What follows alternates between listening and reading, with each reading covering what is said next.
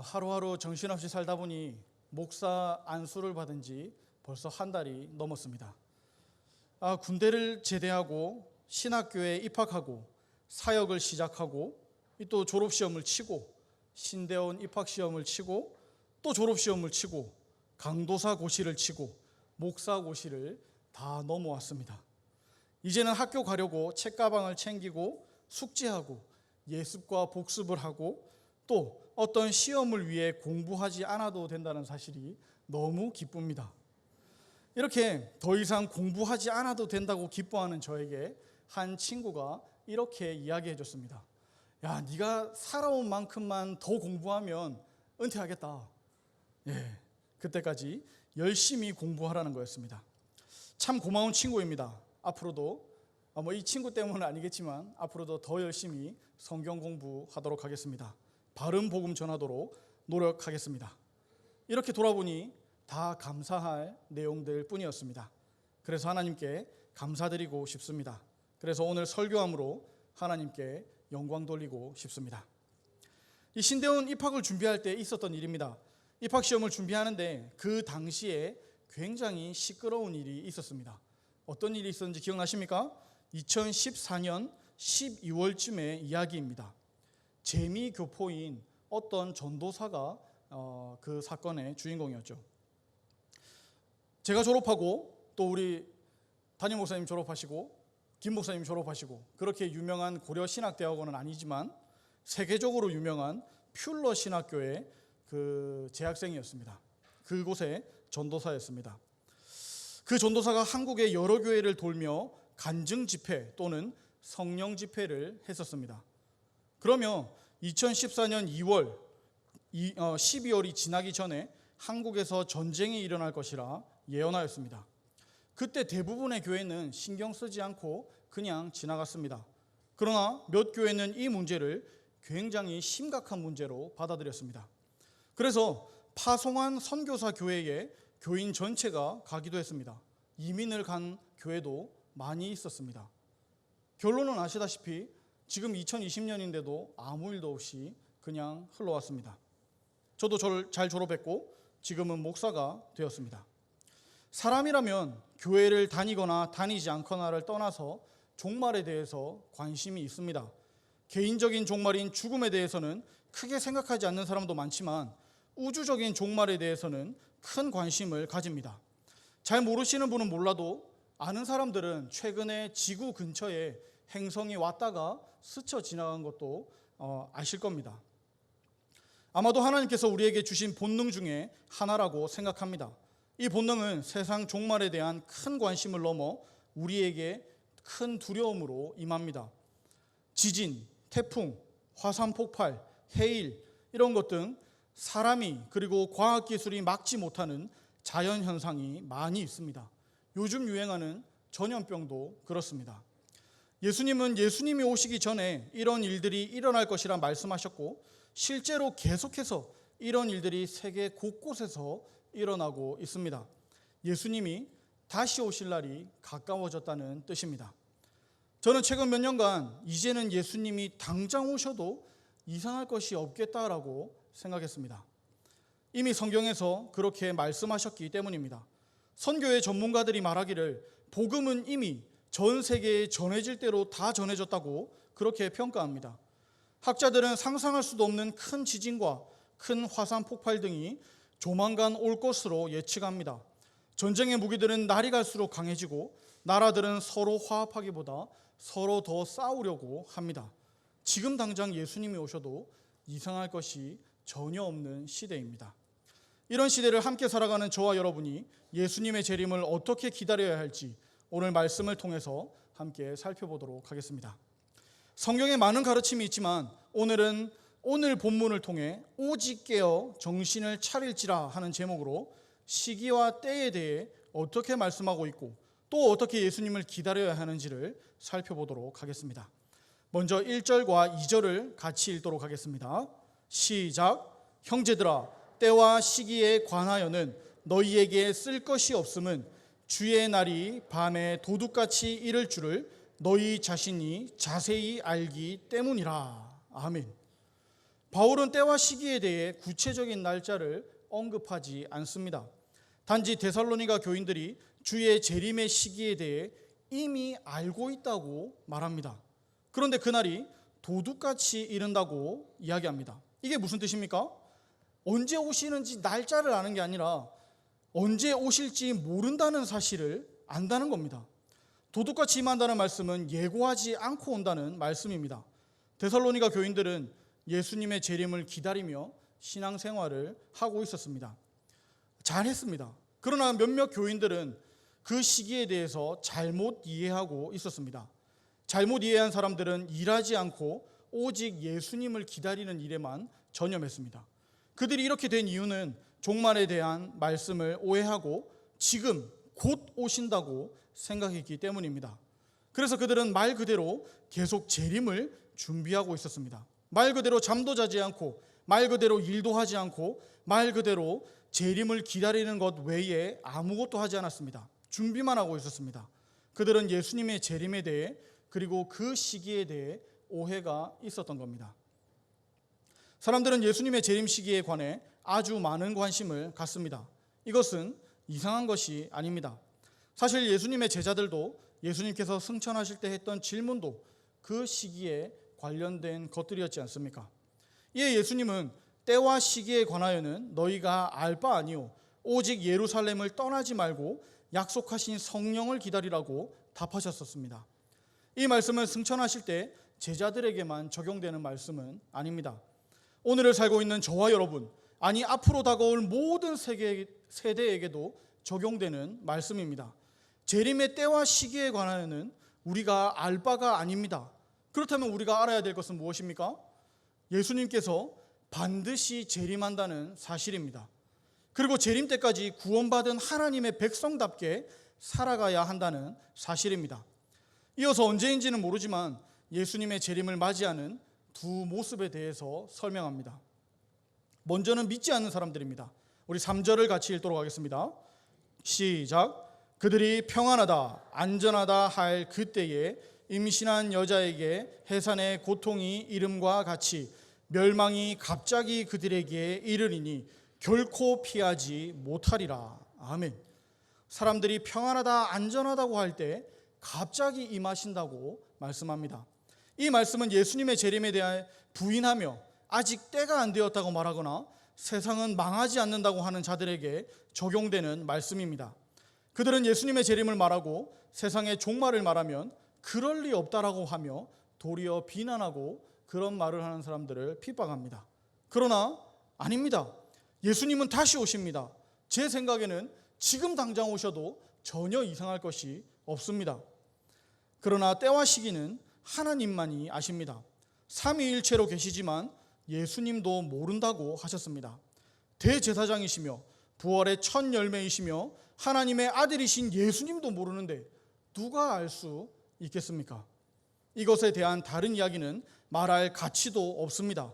그래서 종말 날짜를 말하는 사람은 절대로 안 믿습니다. 그렇다고 제가 이 시대에 성경 외에 다른 방법을 다 무시하는 것은 절대 아닙니다. 저도 사람들이 하나님을 다양한 방식으로 경험할 수 있다고 생각하고 믿고 있습니다. 환상도, 꿈도, 계시도, 또 환상도, 모든 하나님의 음성 듣는 것도 다 가능하다고 생각합니다. 또한 하나님을 사랑하듯이 그런 은사들도 사모해야 된다고 생각합니다. 그러나 다만 하나님의 계시에 대한 모든 개인적인 주장은 성경에 비추어 검증되어야만 합니다. 바울이 아주 잘 기록하고 있지 않습니까? 1절에 때와 시기에 관해서는 쓸 것이 없다라고 합니다. 모르는 것을 아는 척할 필요가 없습니다. 대신 이렇게 임신한 여자를 예를 들어 설명합니다. 임신한 여자는 정확히 언제인지는 몰라도 결국 해산합니다. 그러니 저와 여러분이 세상에 태어나서 이렇게 예배드리고 있지 않습니까? 언제인지는 몰라도 이미 예수님의 재림은 시작되었고 때가 되면 결국 해산하듯이 예수님은 결국 이 땅에 오실 겁니다. 창세기 6장에는 인간들이 범죄했을 때 하나님은 사람 지으심을 한탄하시고 물로 심판하시겠다고 작정하셨습니다. 이에 하나님은 노아를 부르시고 방주를 지어 그들을 구원하시고 범죄한 세대를 심판하셨습니다. 이것을 예수님은 누가복음 17장 27절에 이렇게 평가하십니다. 노아가 방주에 들어가던 날까지 사람들이 먹고 마시고 장가들고 시집가더니 홍수가 나서 그들을 다 멸망시켰으며, 소돔과 고모라가 멸망할 때 천사들이 심판의 경고를 전해주러 왔습니다. 그러나 롯의 사위들은 농담으로 여기며 그 땅에서 쾌락을 누리는 일을 멈추지 않았습니다. 하나님은 그 모든 때에 도둑같이 임하셔서 심판하셨습니다. 그리고 그 심판은 아무도 피할 수 없었습니다. 이것을 믿지 않는 자들이 당할 두려움입니다. 그들은 심판을 대비하지 않습니다. 마치 열 처녀 비유에서 다섯 처녀는 등과 기름을 준비했고 다섯 처녀는 등만 준비되었을 뿐 기름을 준비하지 못했던 것과 같습니다. 기름을 준비하지 못한 다섯 처녀는 혼인잔치에 참여하지 못하고 바깥 어두운 곳에 슬피 울며 이를 갈 뿐입니다. 이어서 다른 모습, 반대의 모습을 이야기합니다. 이번에는 믿는 자들입니다. 함께 4절을 읽도록 하겠습니다. 시작. 형제들아, 너희는 어둠에 있지 아니하매 그날이 도둑같이 너희에게 임하지 못하리니. 우리 믿는 자들에게는 주님의 재림이 도둑같이 임하지 않는다고 말씀합니다. 2절에는 도둑같이 임한다고 했으면서 4절에는 도둑같이 임하지 못한다고 하고 있습니다. 이 성경이 잘못된 걸까요? 바울이 잘못 기록한 걸까요? 왜 이렇게 말씀하는 겁니까? 2절에는 갑자기 아무도 모르게 임한다는 뜻에서 도둑같이 임한다고 말씀한 겁니다. 그리고 4절에는 믿는 자들은 이미 준비되어 있기에 도둑처럼 임하는 것이 아니라는 말씀입니다. 우리 믿는 자들은 예수님의 재림을 깨어서 기다리고 있기에 도둑처럼 임하지 못한다는 의미입니다. 본문에서도 형제들아 너희가 어두움에 있지 아니하매 라고 했는데, 여기서 어두움에 있다는 말은 불신앙의 상태, 즉 임박한 멸망에 대한 무감각한 도덕성을 의미합니다. 이처럼 성도들은 어둠에 있지 않고 빛 가운데 있기에 도둑같이 임하지 못한다라고 말씀하고 있는 겁니다. 그래서 이어지는 말씀에서 이를 말씀해 주고 있습니다. 5절과 6절을 함께 읽도록 하겠습니다. 시작. 너희는 다 빛의 아들이요 낮의 아들이라. 우리가 밤이나 어둠에 속하지 아니하나니 그러므로 우리는 다른 이들과 같이 자지 말고 오직 깨어 정신을 차릴지라. 아멘. 바울은 믿는 우리를 가리켜서 4절에는 어두움에 있지 않은 자들이라 했고 5절에는 빛의 아들, 낮의 아들이라고 정의하고 있습니다. 믿는 우리, 즉 성도의 정체성에 대해 정확한 정의입니다. 예수님도 마태복음 5장에서 산상수훈을 시작하시면서 성도는 복 있는 자라고 말씀하셨고, 이어 말씀하시기를 성도는 세상의 소금이요 세상의 빛이라고 말씀하셨습니다. 이것이 성도의 정체성입니다. 성도는 어두움에 있는 존재가 아니라 그 어두움을 밝히는 존재, 세상의 썩음을 막아서는 존재라고 말씀하셨습니다. 또한 요한 1서에서 요한이 말하기를 우리 성도들은 하나님과 사귐이 있는 존재라고 말하며 하나님과의 사귐은 빛 가운데 행하는 것으로 증명되는 것이라고 말씀하였습니다. 바울은 성도가 세상의 빛이라는 것을 빛의 아들, 낮의 아들이라고 표현합니다. 이 모든 표현은 다 비슷한 말입니다. 요한복음 12장 36절에서도 너희에게 아직 빛이 있을 동안에 빛을 믿으라 그리하면 빛의 아들이 되리라 라고 말씀하셨고, 에베소서 5장 8절에서도 너희가 전에는 어둠이더니 이제는 주 안에서 빛이라 빛의 자녀들처럼 행하라고 말씀하고 계십니다. 여기서 빛의 아들이라는 말은 빛 속에 있다는 의미 이상입니다. 하나님은 빛이시기 때문에 빛의 자녀들의 삶도 빛이 밝히 드러나야 합니다. 이렇게 빛으로 드러나는 삶을 본문의 표현으로 표현하면 깨어 있는 겁니다. 원문으로 7절에서 빛의 자녀와 반대되는 개념의 말로 자는 자들이라는 표현도 나옵니다. 원문으로는 도덕적인 무감각 상태를 나타내는 말입니다. 다시 말하자면 자는 자들은 밤에 속한 자, 어둠에 속한 자라고 할 수 있습니다. 이렇게 어둠에 행하는 자는 종말을 두려워할 수는 있어도 예수님의 재림을 기다리지는 않습니다. 아니 재림도 심판도 믿지 않습니다. 그러므로 그들의 삶은 어두움일 수밖에 없습니다. 어둠일 수밖에 없다는 말은 그들의 삶도 질서가 없고 죄를 지으며 살면서도 두려움이 없는 자들을 가리키는 말입니다. 예수님이 마태복음 24장 비유에서 이런 자들에 대해 말씀하셨습니다. 45절로 47절입니다. 충성되고 지혜 있는 종이 되어 주인에게 그 집 사람들을 맡아 때를 따라 양식을 나눠줄 자가 누구냐? 주인이 올 때에 그 종이 이렇게 하는 것을 보면 그 종이 복이 있으리로다. 내가 진실로 너희에게 이르노니 주인이 그의 모든 소유를 그에게 맡기리라. 충성되고 지혜 있는 종은 주인의 모든 소유까지 맡게 될 겁니다. 그리고 이어지는 48절부터 51절입니다. 만일 그 악한 종이 마음에 생각하기를 주인이 더디 오리라 하여 동료들을 때리고 술 친구들과 더불어 먹고 마시게 되면 생각하지 않은 날 알지 못하는 시각에 그 종의 주인이 이르러 엄히 때리고 외식하는 자가 받을 벌을 처하리니 거기서 슬피 울며 이를 갈리라. 사랑하는 성도 여러분, 우리는 자는 자가 되지 말아야 합니다. 자는 자가 되어서는 안 됩니다. 말씀에 깨어있고 거룩한 삶에 깨어있어 예수님께서 오시는 날이 언제든 준비가 된 성도가 되는 저와 여러분이 되기를 간절히 바랍니다. 그러면 이제 빛의 아들들은 어떻게 깨어있어야 하는지를 성경을 통해서 구체적으로 살펴보겠습니다. 8절입니다. 함께 읽겠습니다. 시작. 우리는 낮에 속하였으니 정신을 차리고 믿음과 사랑의 호심경을 붙이고 구원의 소망의 투구를 쓰자. 아멘. 바울은 깨어있는 것을 군사적인 표현을 들어 설명하고 있습니다. 군인이 전투에 나갈 때 가슴과 머리를 보호하는 것을 생각하며 믿음과 사랑의 호심경, 구원의 소망의 투구를 쓰자고 말합니다. 바울은 자신이 쓴 서신 여러 곳에서 믿음의 3대 요소로 믿음, 소망, 사랑을 말했었습니다. 우리 읽었던 이 책 데살로니가전서 앞에 보면 1장 3절에 보면 믿음의 역사와 사랑의 수고 그리고 소망의 인내라는 말로 데살로니가 교인들의 믿음을 칭찬한 바도 있습니다. 바울은 그것을 다시 각인시키고 있습니다. 예수님의 재림을 기다리는 자들은 믿음과 사랑과 소망으로 깨어 있어야 합니다.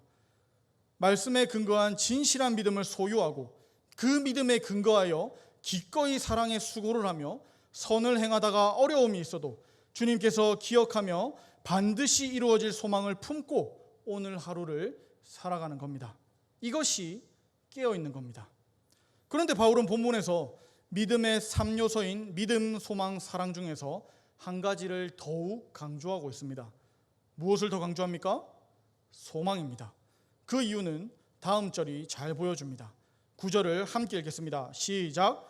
하나님이 우리를 세우심은 노하심에 이르게 하심이 아니요 오직 우리 주 예수 그리스도로 말미암아 구원을 받게 하심이라. 아멘. 그냥 읽으면 쭉 흘러내려오다가 이 구절에서 흐름이 끊긴 것처럼 보이는 구절입니다. 하지만 8절 후반에 구원의 소망의 투구라고 한 말씀을 생각하면서 읽으면 이해하는데 무리가 없습니다. 8절에서 믿음의 3요소 중에 앞에 2개, 믿음과 사랑에는 아무런 수식어가 없습니다. 하지만 소망 앞에는 수식하는 단어가 하나 있습니다. 그것은 구원이라는 수식어입니다. 그러니까 이 말씀은 소망은 구원에 대한 소망이라는 말씀입니다. 그리고 그 말씀에 근거한 설명이 9절입니다. 그래서 하나님이 우리를 세우심은 노하심에 이르게 하심이 아니요 오직 우리 주 예수 그리스도로 말미암아 구원을 받게 하심이라고 말씀하는 겁니다. 주님께서 재림하실 때 두려워할 이유가 없다는 겁니다. 왜냐하면 예수님의 재림은 하나님의 백성을 구원하시기 위함이지 심판하시거나 고난을 주시려고 하는 것이 아니기 때문입니다. 바르지 못한 종말관을 가진 사람들은 주님의 재림을 무서워합니다. 두려워합니다. 세상의 끝이고 고통과 어둠이라고 생각합니다. 그러나 성경은 심판에 대해 말씀하실 때 그렇게 결론을 내리지 않습니다. 오히려 한결같이 하나님의 백성에게는 심판이 아니라 구원을 약속하고 있습니다. 출애굽한 백성들이 홍해를 건넜던 것을 기억하십니까? 출애굽기 14장에서 하나님의 백성은 홍해를 건너는 구원의 은혜를 뒤따르던 애굽의 군사들은 수장되는 심판을 당했다는 것을 우리는 잘 알고 있습니다. 에스겔 9장에서 하나님은 예루살렘을 심판하시기 전에 먼저 예루살렘의 죄악을 보며 탄식하며 우는 자들의 이마에 표를 하라고 말씀하셨습니다. 그들의 이마에 표가 끝났을 때 예루살렘을 심판하라고 명하시는데, 이때 이마에 표가 있는 자들은 그 심판을 당하지 않았었습니다. 요한계시록 7장과 14장에서 구원받은 자인 14만 4천에 대해서 말씀하시면서 심판 전에 그들을 구원하여 보좌로 인도하시고 그 후에 심판이 있다고 말씀하십니다. 그래서 본문에서도 하나님이 우리를 세우심은 노하심에 이르게 하심이 아니라고 말씀하고 있습니다. 주님의 재림은 믿는 자들에게 구원을 완성해 주시는 놀라운 사건입니다. 그러므로 성도들은 예수님의 재림, 세상의 종말을 두려워하는 자들이 아니라 재림의 그날을 기쁨으로 기대하며 소망하며 살아야 합니다. 10절은 이 구절의 확실성을 더욱 구체화하여 말씀해 줍니다. 10절을 같이 읽겠습니다. 시작. 예수께서 우리를 위하여 죽으사 우리로 하여금 깨어 있든지 자든지 자기와 함께 살게 하려 하셨느니라. 아멘. 예수님께서 죽으신 이유가 바로 우리와 함께 하시기 위해서라고 말씀하고 있습니다. 여기서 깨어 있든지 자든지는 앞의 내용과 상관없이 살았는지 죽었는지를 말합니다. 더 구체적으로 설명드리자면 예수님께서 재림하실 때 살아있는 사람이나 먼저 죽어서 무덤에 있는 자들이나 모두 생명의 부활을 얻어 예수님과 영원히 살게 하신다는 말씀입니다. 예수님의 죽으심으로 그 모든 일을 이루셨다는 것을 다시 한번 말씀해 주고 계십니다. 예수님의 재림 시에 구원받기 위해 필요한 우리의 행위는 무엇입니까? 아무것도 없습니다. 예수님께서 대신 죽어주신 것을 믿는 것이 전부입니다. 하지만 이것을 믿는 믿음도 하나님께서 선물로 주신 것이기 때문에 우리의 의지를 구원의 조건에 넣는 것은 그리스도의 죽으심을 헛되게 하는 겁니다. 갈라디아서 2장 21절입니다. 내가 하나님의 은혜를 패하지 아니하노니 만일 의롭게 되는 것이 율법으로 말미암으면 그리스도께서 헛되이 죽으셨느니라. 우리의 구원은 모두 예수님께서 십자가에서 그리고 무덤에서 보이신 부활의 일들로 이루어진 일입니다. 요한계시록 19장 8절에서 깨끗한 세마포를 성도의 의로운 행실이라고 기록합니다. 그런데 이 행실이 무엇입니까? 이것은 착한 일이나 어떤 공로를 근거로 쓸 수 있는 말이 아닙니다. 요한계시록에서 행실은 단 하나입니다. 그게 무엇입니까? 환난 가운데서도 믿음을 지키는 그 믿음을 의미합니다. 바울은 이렇게 구원을 바라는 자들에게 권면합니다. 11절입니다. 같이 읽도록 하죠. 시작. 그러므로 피차 권면하고 서로 덕을 세우기를 너희가 하는 것 같이 하라. 권면하다는 말은 충고하다, 용기를 북돋우다 이런 의미도 있지만 여기서는 위로하다라는 말이 가장 강합니다. 그러므로 권면하라는 말은 환난과 고난의 때 예수님의 재림을 기다리며 서로 위로하여 넘어지지 않게 하라는 말씀입니다. 나아가 서로 덕을 세우라고 말씀합니다. 이는 위로하라는 의미에 하나를 더해서 영적인 성장을 위해 도우라는 의미입니다. 그러므로 권면하고 서로 덕을 세우라는 것은 예수님의 재림 때까지 서로 위하여 넘어지지 않게 하고 나아가 서로의 믿음을 성장시키는 자들이 되라는 말씀입니다. 바울은 데살로니가 교인들이 예수님의 은혜를 입어 영원한 하늘나라를 약속받았지만 그렇다고 대충 살지 말고 서로의 믿음의 성장을 위해 끊임없이 노력할 것을 가르치고 있습니다.